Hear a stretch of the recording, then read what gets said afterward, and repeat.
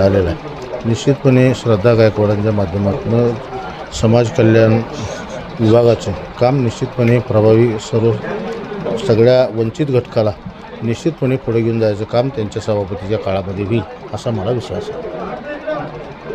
आणि काय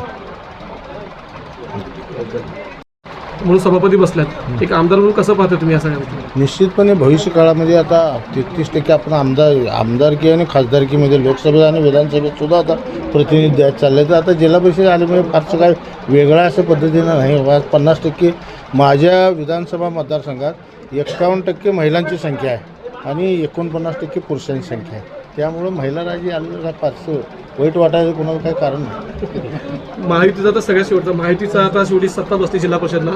आमच्या चॅनलच्या माध्यमातून सर्व कोल्हापूर जिल्ह्यावासियांना तुम्ही काय आवाहन करा किंवा काय तुम्ही संदेश द्या? निश्चितपणे केंद्रामध्ये महायुतीचं सरकार आहे, राज्यामध्ये महायुतीचं सरकार आहे. आता जिल्हा परिषदेमध्ये सुद्धा महायुतीचं सरकार आहे.